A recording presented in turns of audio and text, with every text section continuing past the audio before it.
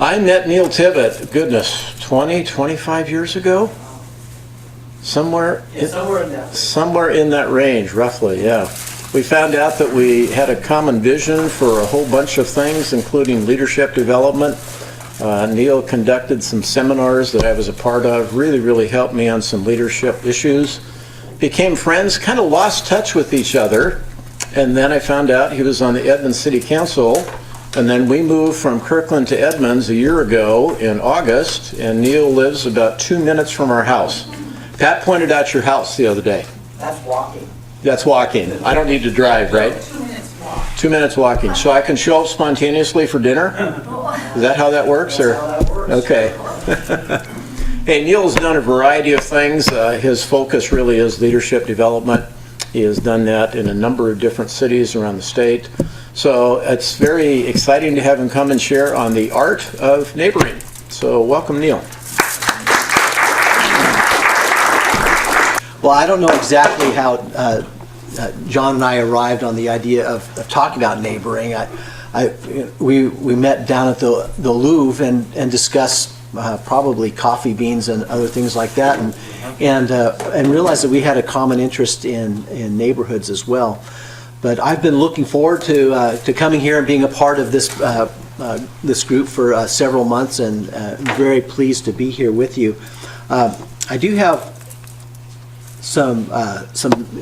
a presentation that I want to show you, and before I start talking about the art of neighboring right in your very own neighborhood, right down on the grassroots level, I thought it would be very helpful to take a 34 million mile view from outer space. So we're starting actually with a view of the planet Mars. So if you look at Mars, oops, push the other way. If you look at Mars, there, from a technology point of view, the cameras give us a wonderful view of the surface. My family moved here about 18 years ago, and we lived in Bellevue just before that. My parents had a big house at the end of a street that was surrounded by parks, and we had very few neighbors, except for like squirrels and groundhogs and things like that. And then I moved away to go to University of Washington, and I lived on a city street and in a fraternity, and my immediate neighbors were all of the guys that I lived with in the house. So I had really no reason to go around and meet my neighbors in that neighborhood. Then I moved to Southern California. I was very involved with graduate school and a bunch of other activities, and again had really no major opportunity to interact with neighbors until we moved here to Edmonds. And one of the things that I found out when we moved into our neighborhood, we were there in a neighborhood where in some cases 3 and 4 generations lived in the same house for in some cases 50 or 60 years. My immediate next door neighbor had lived in the city of Edmonds her whole life. Her father had been the chief of police, and she really had no need to create new friendships with the neighbors. She had high school friends and work friends and family friends all around the place. And so one of the big crises that we experienced early on in our journey as citizens in Edmonds was it was very difficult for us to build relationships with our neighbors. And then something happened that kind of brought us together, and it had to do with the speed of traffic on our streets. And we live on a fairly busy street. It's 88th Avenue. Some of you even use it for commuting. And my kids would walk up and down the street, and my wife put sandwich boards on the kids that said, "Please drive 25." And she put signs in the yard that said, "Watch out for kids." And the situation just wasn't getting any better. And so one time she was calling the police department, and like she just kept getting put on hold, put on hold. So she just went down to the police department with all of the kids and sat in the lobby until someone came out to talk to her. And wouldn't you know it, about an hour later, we had a traffic cop parked across the street from our house, with a radar gun. And the interesting thing about that was it gave us an opportunity to meet our neighbors in a way that had not happened previously. As a result of that, I ended up talking with the school principal and found out that they had a problem with the speed of traffic in front of the school. There was no crosswalk at the time. There were no signs even that there was a school on that street. And through a whole series of meetings, actually, we met families from our neighborhood at the local school. And we on one occasion, a former chief of police, a city council member, some other dignitaries from, let's say, our area, people of influence, came and heard the neighbors talk about their concerns. And when they heard, one of the young moms broke into tears about the speed of traffic on the street, and heard the principal concerned for her students and others. We were able to really generate some interest at the city council level. And so we tried, I think, 16 different ideas out to resolve the issue in our neighborhood. And finally, a city engineer with a little bit of ingenuity and just the right wording, because we found out that if you have just the right wording, you can get things done. And so anyway, he came up with just the right wording. We were able to get a stop sign at the intersection of our street and the school. And the interesting thing about that is the neighbors would say, "Have you heard the good news? We have a stop sign on our street.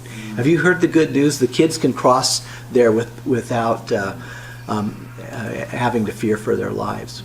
And that brought us together in some really remarkable ways. That little interaction ended up with an invitation for me to join what was known at the time as the Transportation Committee. And so I served on that committee for, a couple of years. And then I went and did other things. And then they reconvened the committee to do I'm actually telling you the story of how I got on city council right now. I told somebody that's not what I was going to talk about, but if the slides are down, then I'll just tell you what I'm used to. The interesting thing was that resulted in me interacting with the transportation committee and the planning board. When there was an opening on the planning board, I applied for that open position, and the mayor at the time appointed me to be on the planning board. And that was about 5-6 years ago. And then from that experience, I had more and more interaction with the city council and realized that many of the things that we were learning about on the planning board were never put into action unless the city council approved them. So I became interested in leadership at that level. I have a picture of Mars, and that is, I found out this morning, I did a little Google search, 34 million miles away from any one of our neighborhoods. And with the advance of technology, we have pictures like this of the surface of Mars. And when you actually zoom in, is there a way to get rid of that blue dot? Yep. Hey, I can do that. You can do that. When you, There it is. It's going, it's going. okay, that's great. And you zoom in and you start to see that there are textures and there are hills and valleys. And with the technology that we have actually been able to zoom into those hills and valleys. And are you ready to see this? It turns out that if you zoom into the hills and valleys, they have neighborhoods there. And they're not always happy to see who shows up. How many of you know people who are not like super great friends with their neighbors? Okay, yeah, there's some trials. How many of you though have some great neighbors, and you really, yeah. So that's probably what we're most familiar with. Today, I want to introduce you to 3 principles that I think lend themselves to building and creating great friendships in your neighborhood. We call that the art of neighboring. And before I leave today, I also want to apply those 3 principles to marketplace activities, because I think that's important for all of us to understand if we're here with Marketplace Connections. And then just a little bit about me. You've heard now my journey into the city council, but what a lot of people don't know is that I had one of the largest campaign organizations of any of the candidates who ran in the last election. And one of the reasons it was so large was because I involved my neighbors. 2 doors down was my treasurer. 2 doors the other direction was a key administrator.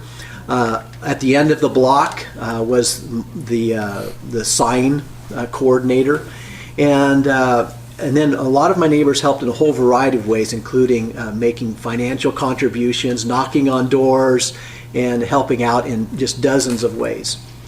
Along the way, we were able to generate enough interest that in addition to my neighbors, I developed some new friendships, and those new friendships resulted in many more friendships. And so that's part of what can happen in neighborhoods. As people get to know each other, as people help each other and pitch in, you have some great friendships that become very consequential. So the 3 principles are built on what I call the golden rule. And Jesus said these words. He says, "Do to others as you would have them do to you."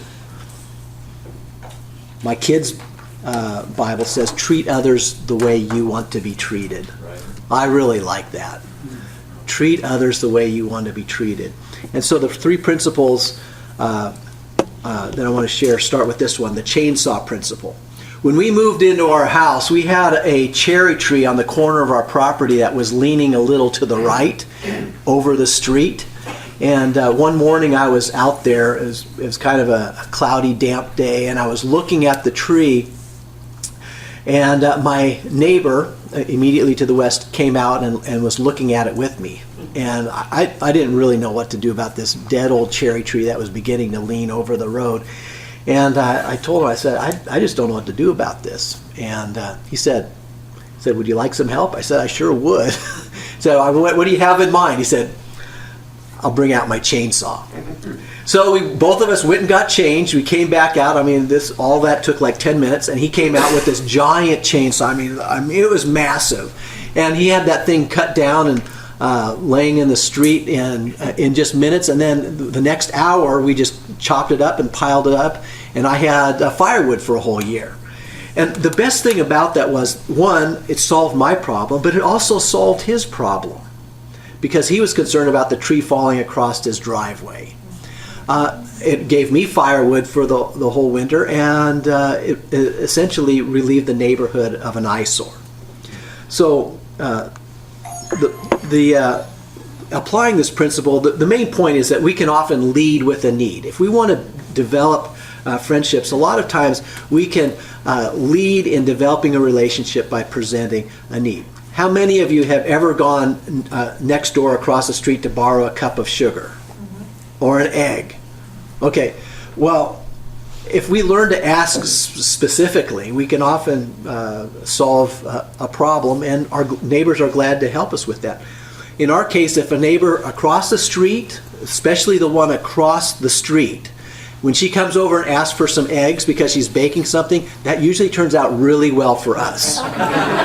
And so the chainsaw principle is that when we lead with a need, it results in mutually beneficial relationships, whether it's cutting down a cherry tree or getting a cherry pie.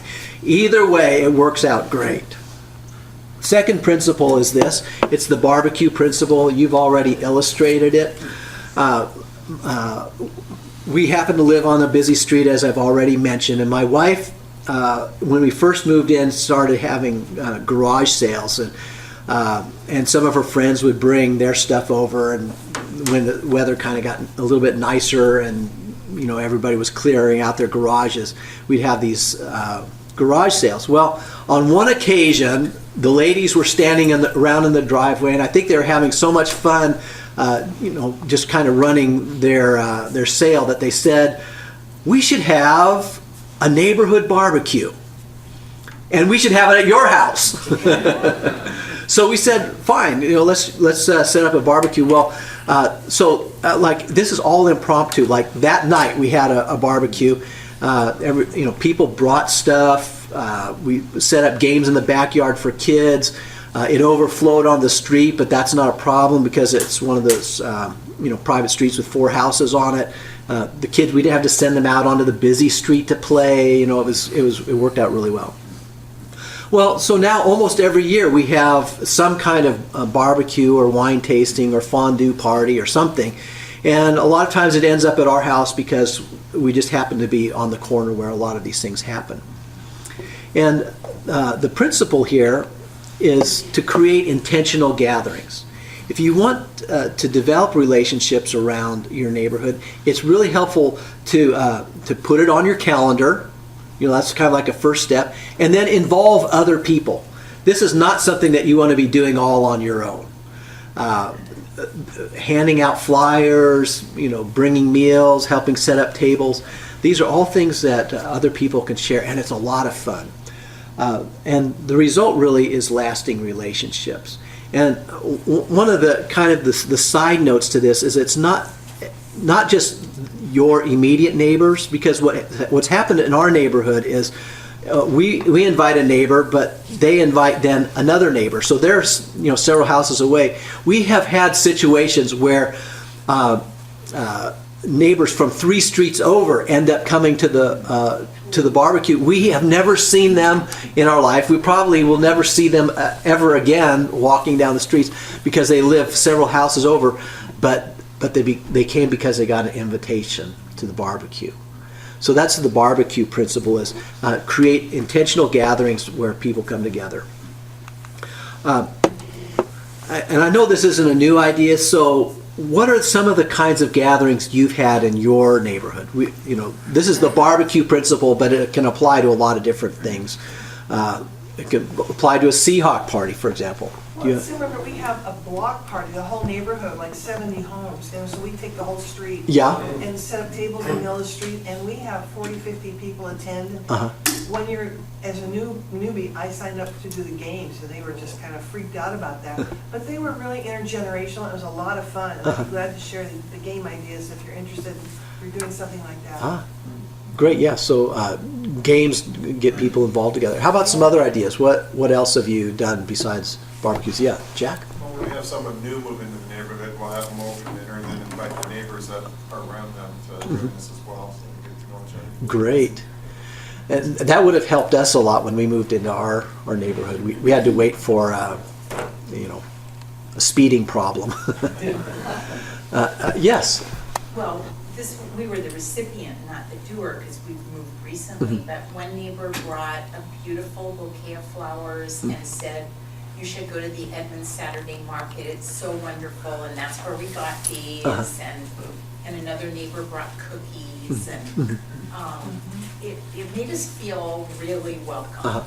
And then when you had your party this summer, was it like a barbecue or was it like a big? Okay, so this is the principle. You know what I'm talking about here, and it resulted in an expanding circle of friends. Yes, John. Pat and I had a neighborhood book club in the Kirkland area that's gone on for 25 years or so. So we get together 4 times a year and have dinner together and all buy a book and read it and then have a discussion. Okay, so a book club. Yeah. The last one is the garage band principle, and I actually have a video of this garage band. You know what a garage band is, right? It's a band that plays in a garage. Well, I had one that was immediately next door to my house.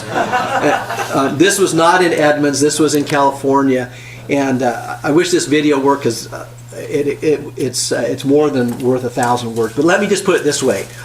The music was so loud, if you can call it that I could barely think. But that wasn't the worst part. The worst part was the ground was vibrating. Were they any good? I'll show you the video. At what time of the day do they play? Well, fortunately, this was like a Sunday afternoon. So, fortunately, that was the situation. So it was very disconcerting, and so I called the police. And the police said, we'd be glad to respond, but it'll probably be at least an hour or two before we can get there. And I'm thinking, an hour or two of this. So they said, would it be possible for you just to go over and talk to your neighbor? And I'm thinking, this is just not going to turn out well, but I'm not going to wait for an hour or two to see what happens. So I went over next door, and much to my surprise, a young woman, she looked at me and she said, "Is it too loud?" So it was really cool because she already, kind of knew why I was there.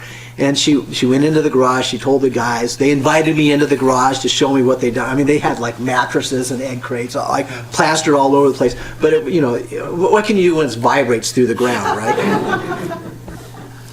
But the interesting thing about that was I was really fearful of what would happen when I went next door, because this was not my genre of music. And they're the ones who play the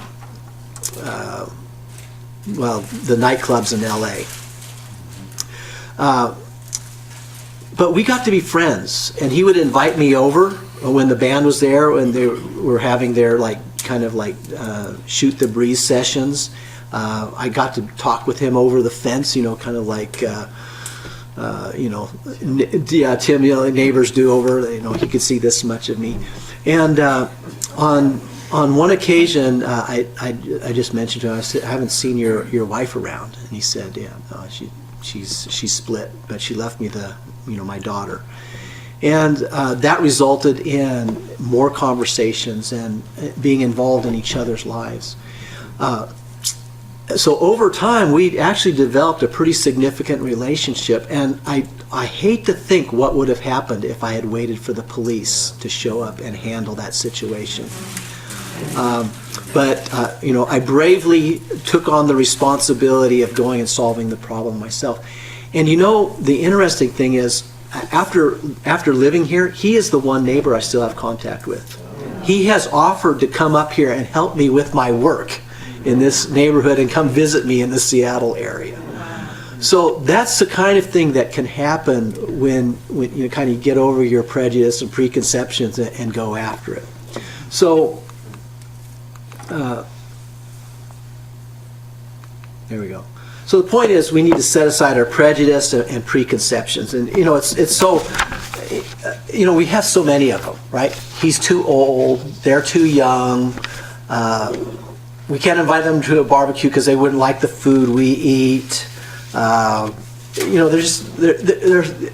preconceptions and the prejudice are almost endless. But we need to get over those and see if there's some common ground. If it's up to you, take the first step. Deal with the fears honestly. Even admit, this is scary, but I'm going to do it anyway. And the result, really, in your neighborhood is a broader network of friends. And in essence, what I'm talking about is a diverse set of friends.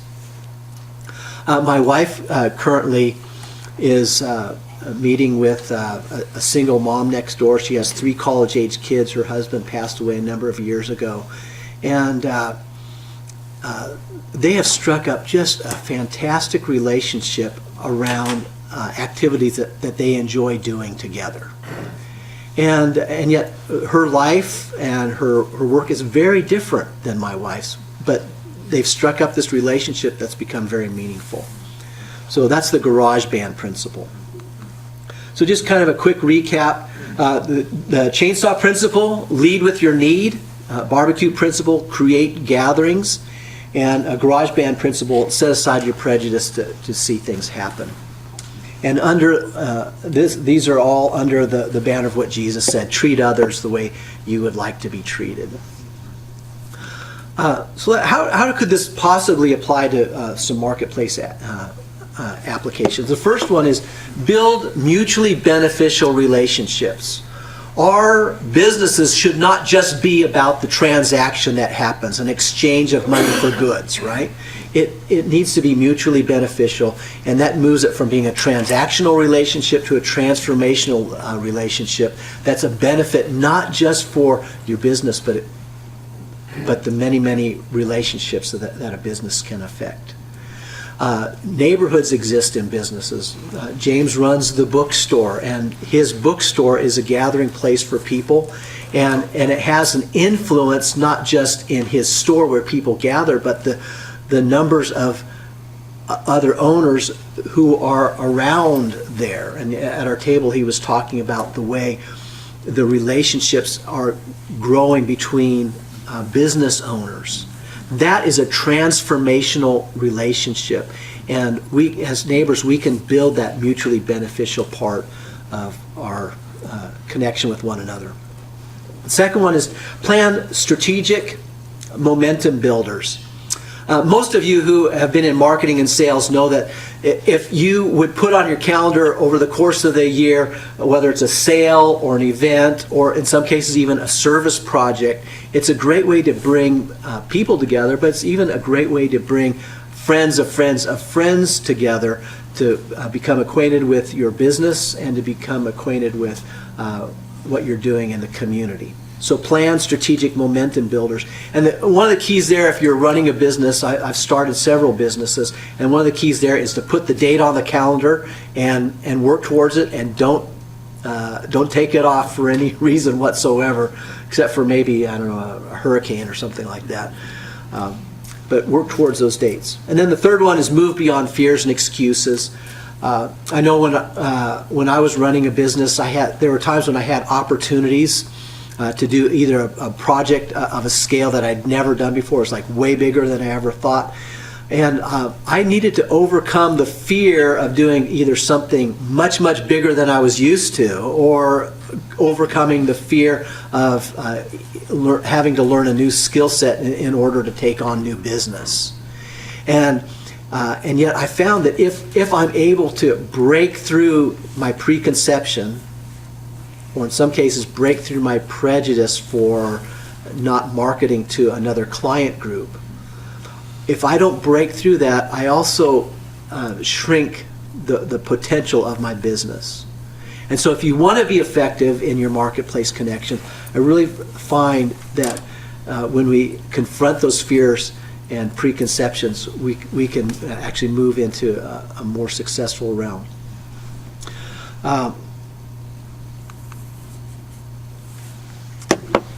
And now this is my question for you, and I'm looking for answers from the room. If we were to live this way in our neighborhoods, or we were to operate our businesses this way as I've just discussed, what do you think would be some of the benefits for our city, for our family, and for our neighbors? What are some thoughts? I'm interested. Yes? Have a much better appreciation for the differences that we have. In your neighborhood, the differences and yet the things that bring you together. Yeah. And better understanding of different, likes, dislikes, cultures, nationalities, habits. I mean, you just know somebody on a personal level, and you start to realize, oh, that's not like your neighbor that was in the garage band. Mm-hmm. Sometimes artistic, head banging rock band people can be some of the nicest, most family friendly people. It's just a very different perspective. That's great. What other benefits? Yes, Linda? Well, I think the first word that came to my mind is caring. Ah. A more caring community. Uh-huh. I think as a result of that, we can have a safer community. Ah, okay. Because you're caring about each other. Yeah, that would be a tremendous benefit. Yeah. Pam? I think that there's tremendous value in feeling like we're part of something bigger than ourselves. Uh-huh. It's kind of like a deep need. Mhm. Almost. Okay. Yeah. Yeah, Gary. You mentioned the values of Jesus, and it gives them opportunities to the searching to have discussions and answers to questions along that line. Yes. Need a stop sign put in. Which goes along with safety, but maybe it's for some other community benefit. Yeah, we absolutely. Anything else? one of the side benefits for us is our children got involved with this activity. And one of the interesting things is I see my kids doing this now too. My son is a student at the University of Hawaii, and he has his own place now. He's a senior, and people come over to his little place all the time. And it's interesting. While I was there with him this summer, he said, "Yeah, the guys are coming over for a barbecue, but I don't have anything in the fridge, Dad." So you know what that meant. It strengthens neighborhoods. I think we've already mentioned this, but it sometimes when people speak well of each other, it really helps to build the commitment and the confidence that people have in one another across the city. So part of my belief here is that when neighborhoods prosper, cities prosper. When businesses prosper in a city and region prospers. So these are reasons for us to take some improvement, or build some improvements into our neighborhoods and businesses. And then one of the surprising facts that I turned up, I wish I had the footnote on this, but apparently there is one question that if you can answer this in the affirmative, it is one of the most significant indicators of prolonged life, living past the age of 80. And this is the question: do you have someone in your life whom you could call at 3 a.m. in the morning? For me, I have like family and friends whom I could call, but at 3 a.m. it's not guaranteed that they're going to pick up the phone, right? But if I need some help, I can go 2 doors down and knock on Ron's door and he'll be there. I can go 2 houses the other way and my neighbors will be there. And so I have actually a pretty good chance of living past the age of 80 because I can answer in the affirmative. And the reason I can answer it that way is because I have this relationship with my neighbors. I want to leave you with a challenge. I know that most of you probably have somewhere between 6 and 8 neighbors that are immediately to your left, right, across the street, and behind. And I'd like to challenge you to introduce yourself and learn their first name. At this point, I am actually behind. I need to go out and meet some of my new neighbors, so I'm taking that challenge up myself. The other challenge that I'd like to put out for you is some of you are ready to serve not just your neighborhood, but neighborhoods. And if that's you, there are some ways for you to get involved in the city of Edmonds. And this is a great way to serve our city. We have a very involved constituency here. Citizens love to get involved. We have public interactions going on. Some of you know about the Civic Park is being planned. We have some plans on, actually, is it next week, about the railroad crossing. And there are many, many different ways for you to give input in what's happening in the city. And I'd like to challenge you to get involved with some of these. And then for some very special ones of you, you might even consider running for city council. Thank you so much for having me today.